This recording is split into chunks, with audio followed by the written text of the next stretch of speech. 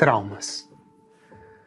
Eu escolhi trazer esse tema para o nosso canal porque vivenciar um trauma ou lidar com os reflexos de um trauma nas nossas vidas é uma experiência comum a todos os seres humanos. Eu faço de propósito essa generalização porque é impossível passarmos por essa vida sem vivenciarmos experiências que são traumáticas. Dessa forma, o objetivo desse vídeo é refletir a respeito do que é o trauma e como ele atua nas nossas vidas. Encontrar algumas ferramentas que talvez possam nos ajudar a lidar melhor com essas experiências. O que é um trauma? Existem inúmeras definições que nos ajudam a compreender o conceito de um trauma. Eu trago aqui algumas que, na minha opinião, facilitam bastante a nossa compreensão e que talvez possam nos ajudar. Se você conhece outras que também fazem sentido para você, por favor, compartilhe aqui conosco nos comentários para enriquecer a nossa reflexão. Trauma é qualquer situação do nosso passado onde nós não tivemos recurso suficiente para elaborar o que estava acontecendo e que de alguma forma nos marcou profundamente. Nós também costumamos chamar esse episódio de criança ferida. Em outras palavras, trauma é uma experiência que o nosso aparelho psíquico não deu conta de processar, de metabolizar e de compreender. Com essas definições, nós podemos entender dois pontos que são muito importantes. O primeiro deles é que trauma não é qualquer situação, mas sim uma situação onde nos faltou recurso de processamento. Essas situações podem ser situações de alto impacto, como a perda de alguém importante, um abuso, um acidente, episódios de negligência e de violência, por exemplo. Mas também elas podem ser situações que são aparentemente simples e corriqueiras, às quais nós demos, por algum motivo, um significado negativo, gerando trauma. Essas situações geralmente são menosprezadas e muitas vezes interpretadas como irrelevantes. Imagine, por exemplo, que dois irmãos gêmeos passam por uma mesma experiência, no mesmo momento de vida, aos 5 anos de idade. Os pais saem para trabalhar. Um dos irmãos vivencia essa experiência e dá o seguinte significado: os meus pais saem para trabalhar para poderem comprar um presente para mim. Eles me amam muito. Trauma zero. O outro irmão vivencia aquela mesma experiência no mesmo momento da vida e dá o seguinte significado: os meus pais saem para trabalhar porque o trabalho é mais importante do que eu. Eles não me amam e por isso eles me abandonam. Trauma instalado. Essa comparação nos leva à compreensão de que o fator gerador de um trauma não é necessariamente o fato em si, mas sim o significado que nós damos àquele fato. O segundo ponto importante que eu quero destacar é o fato do trauma estar localizado em um momento do nosso passado. Quando nós falamos de passado ou quando nós usamos a terminologia criança ferida, muitas pessoas são remetidas exclusivamente ao período da infância, especialmente entre os 0 e 7 anos. Esse é um período muito importante no processo de formação da nossa personalidade e as experiências desse período exercem um grande impacto nas nossas histórias. Mas os traumas não estão contidos apenas nesse período.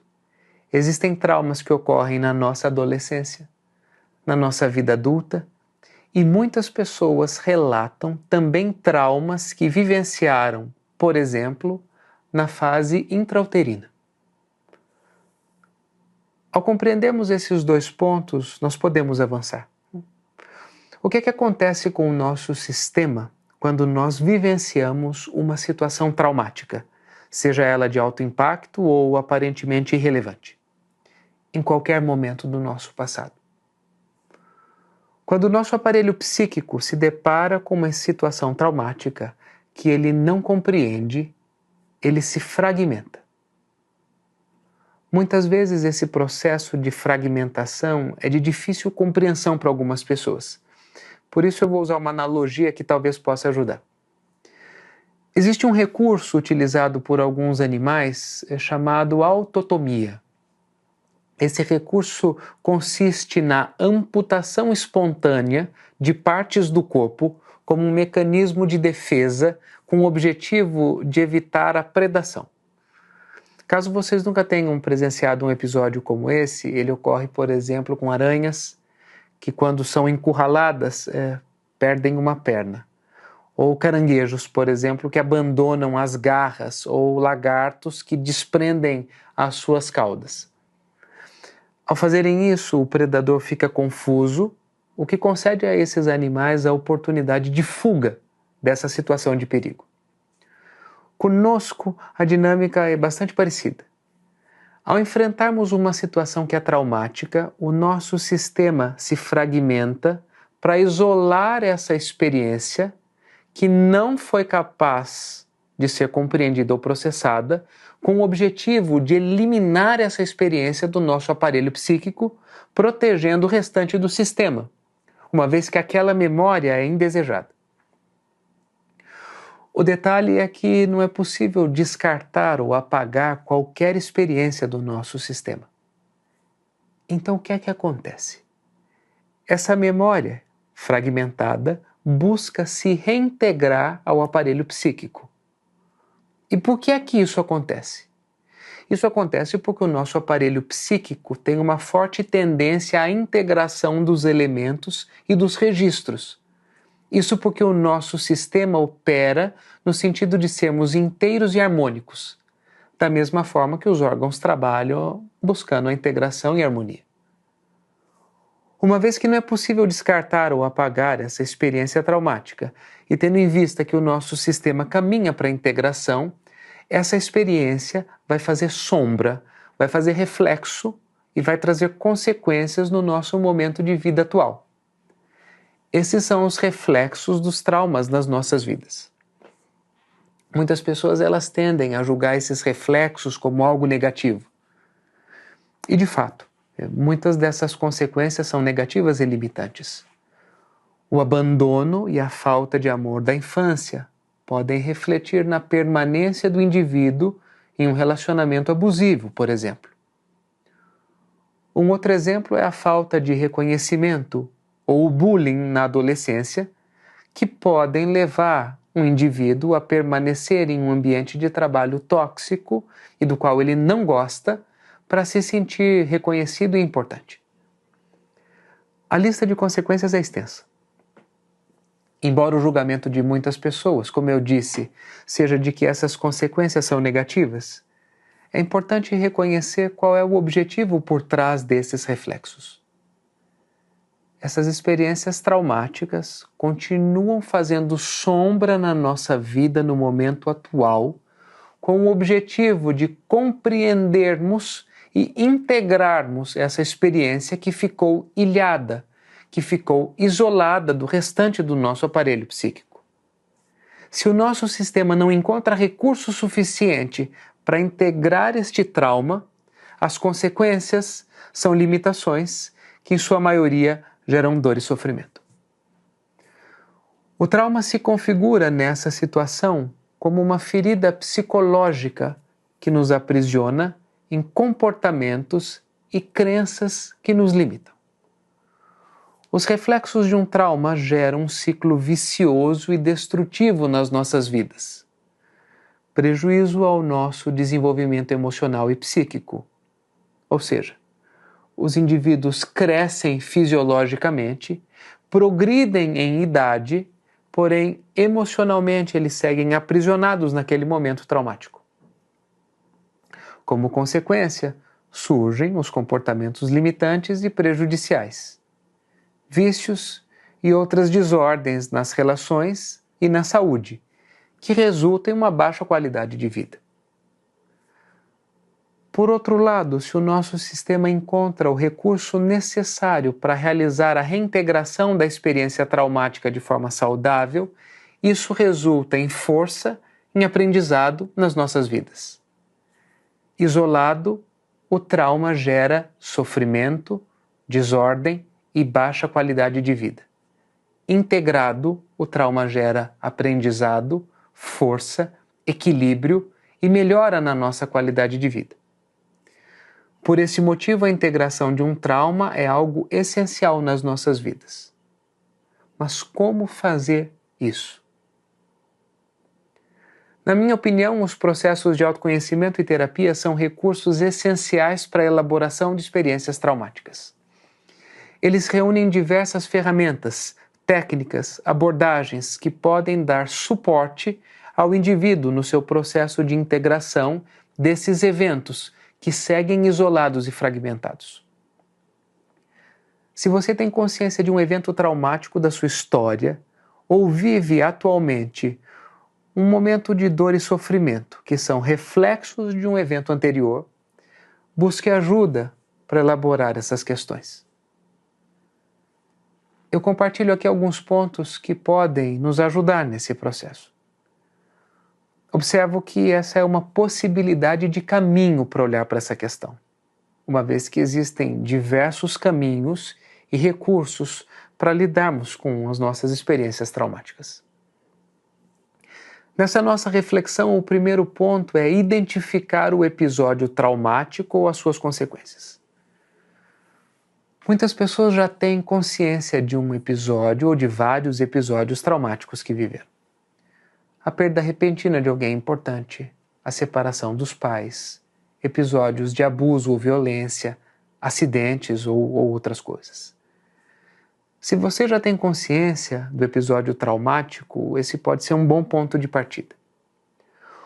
O que acontece, porém, é que muitas pessoas não têm consciência do episódio traumático que viveram. Então, um bom ponto de partida para essas pessoas é compreender as consequências desses episódios.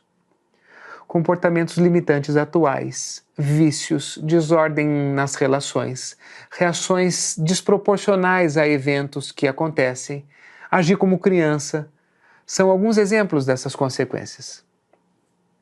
Essas consequências, que na maioria das vezes causam dor e sofrimento, são na verdade uma forma que essa parte que foi ferida encontra de se comunicar conosco.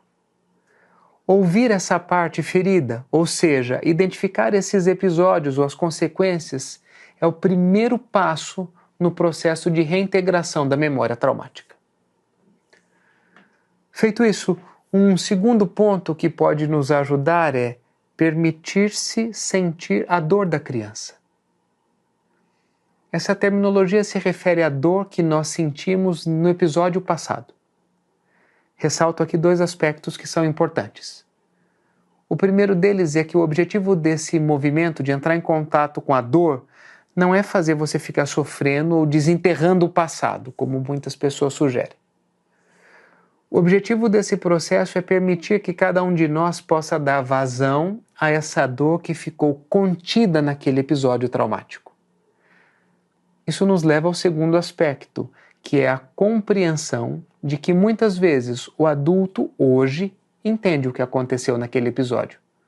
Mas isso não isenta a criança da dor que ela vivenciou naquele momento. É muito comum, por exemplo, uma pessoa dizer que ela entende que os pais a abandonaram na infância porque não tinham recurso para cuidar dela. Mas será que a criança tem essa mesma compreensão e já elaborou essa dor? Geralmente a resposta é não. Muitas vezes nós nos escondemos atrás da compreensão do adulto para nos protegermos dessa dor que ficou estagnada naquele momento. Nos processos de autoconhecimento é muito comum nós ouvirmos das pessoas: eu achei que eu já tinha superado esse episódio ou ressignificado esse trauma. Ao permitir-nos sentir essa dor, nós podemos dar espaço para ela no nosso aparelho psíquico e dessa forma iniciar o processo de reintegração dessa memória. Depois de entrarmos em contato com isso, um terceiro ponto que pode nos ajudar é levar o recurso do adulto para aquela criança que vivenciou esse trauma. A terminologia adulto, nesse caso, se refere ao nosso eu no momento atual. onde certamente nós temos mais recursos do que nós tínhamos no momento do trauma. Alguém aqui discorda disso? Alguém discorda de que hoje nós temos mais recursos do que em qualquer momento do nosso passado? Ao longo das nossas vidas, nós acumulamos experiências que nos tornam seres com maior capacidade de processamento das situações.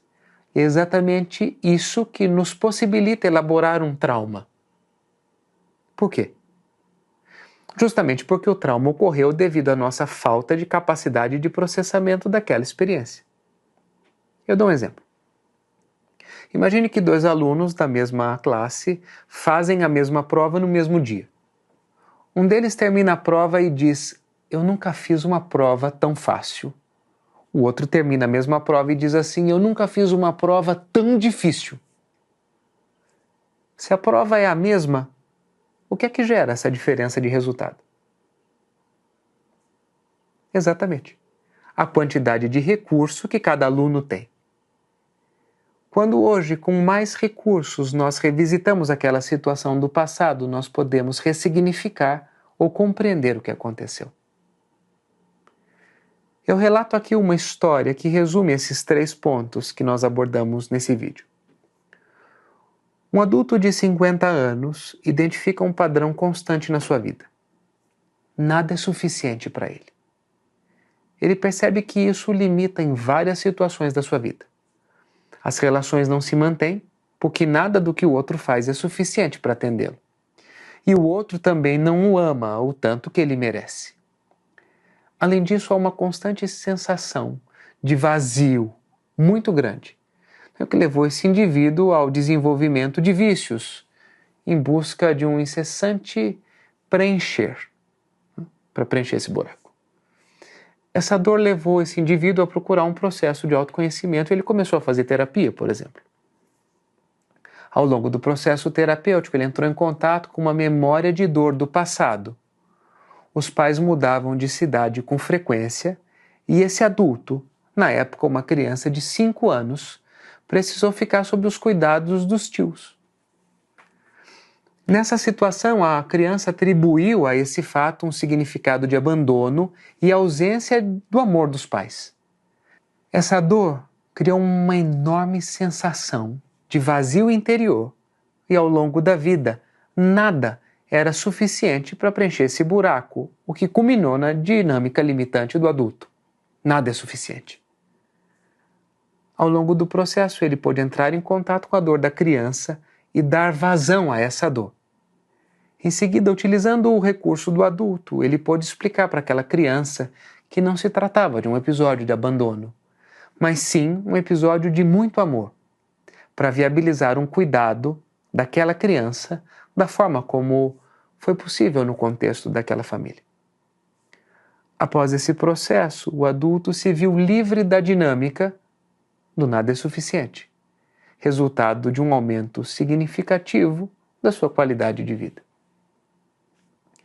Se você sente que esse assunto é relevante para você, permita-se mergulhar no processo do autoconhecimento e buscar, caso seja necessário, a ajuda profissional mais adequada para te dar suporte na sua caminhada. Com a consciência de que olhar para os traumas não é, como nós já dissemos, desenterrar o passado, mas sim construir com consciência e com presença a vida que nós queremos e merecemos. Boas experiências.